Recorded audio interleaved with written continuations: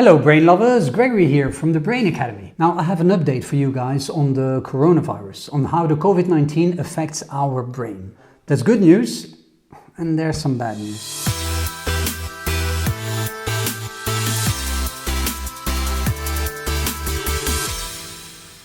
First, the good news. There seems to be a lot of mild cases of the virus. The World Health Organization cites 80% of the cases being asymptomatic or mild. In other words, you might have had the coronavirus and haven't even noticed it.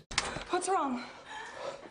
He's infected. And that's it, apparently. The story stops here. For you. Congratulations, you just survived the pandemic. Well, that is, if you don't catch it again, because apparently there are now reports of people contracting the virus a second time. But in any case, if you're in good health, do regular sports, eat healthy, don't have underlying medical conditions, you're very likely, if you contract the virus, to be part of those 80% of mild cases, or even asymptomatic. There's really nothing to worry about, Mary. Statistically, they say you're more likely to get killed on the way to the airport. You know, like in a head-on crash or flying off a cliff or... So what happens to the other 20%? Well, this is where I'm getting worried, and the reason why I wanted to talk about this.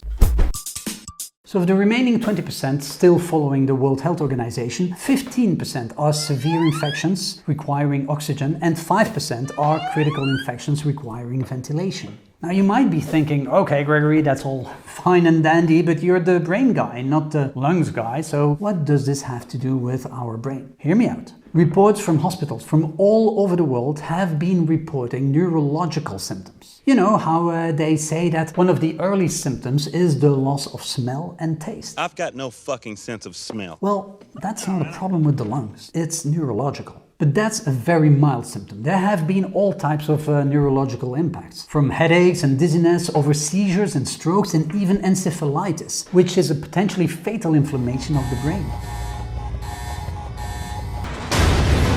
You see, Covid-19 is supposed to be attacking the airways. Well, it does, and maybe that's the problem. We don't know yet. You see, the neurological symptoms could be caused by a lack of oxygen. People who need help breathing is because there's not enough oxygen getting into the blood anymore. If there isn't enough oxygen in your blood, well, there won't be enough oxygen getting to your brain either. And that alone can lead to brain damage. Now your lungs may recover and get healthy again. Your brain, I'm afraid the news is not good.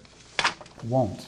People who survived Covid-19 after being treated on a ventilator have shown signs of brain damage in scans. But based on the evidence we have so far, it is reasonable to assume that the virus is getting into the brain. All medication being developed for now is focusing on the lungs, none of it on the brains. We know that some viruses can hide in neurons and lay dormant for years, like Lyme disease, for example. And we've already had cases where people contracted the virus a second time. Or did it just get reactivated? The truth is, we don't know yet. Strokes, seizures, lack of oxygen, and so on are just the tip of the iceberg. Peripheral nerves can be affected and lead to some kind of post-viral fatigue syndrome as well, or worse. What we do know is that many of the people who have been hospitalized with Covid-19 and recovered will need to be followed up, possibly even for years to come. You know the saying, what doesn't kill you makes you stronger? Well, I hate that saying. What doesn't kill you sometimes leaves you weaker, much weaker.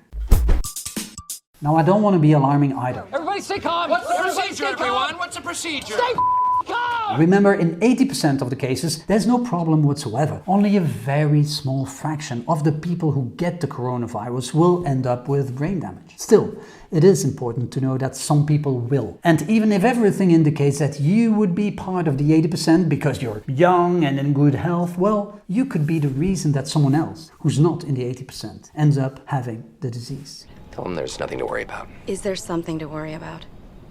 Yeah. And as I tried to explain in this video, the only measure of success is by no means if you survive it or not. Even if you do survive, there can be lifelong consequences. Protect yourself from the virus. Follow the guidelines. Don't spread the disease. What doesn't kill you can leave you f***ed up. Take care of your brain, guys. And don't forget to like and subscribe. We have new episodes of this vlog coming out every week. Check out some of the other episodes, and if you want the real stuff, go to brainacademy.com. Join our 250,000 students and start using your brain better. Brain out. Sharpen your mind.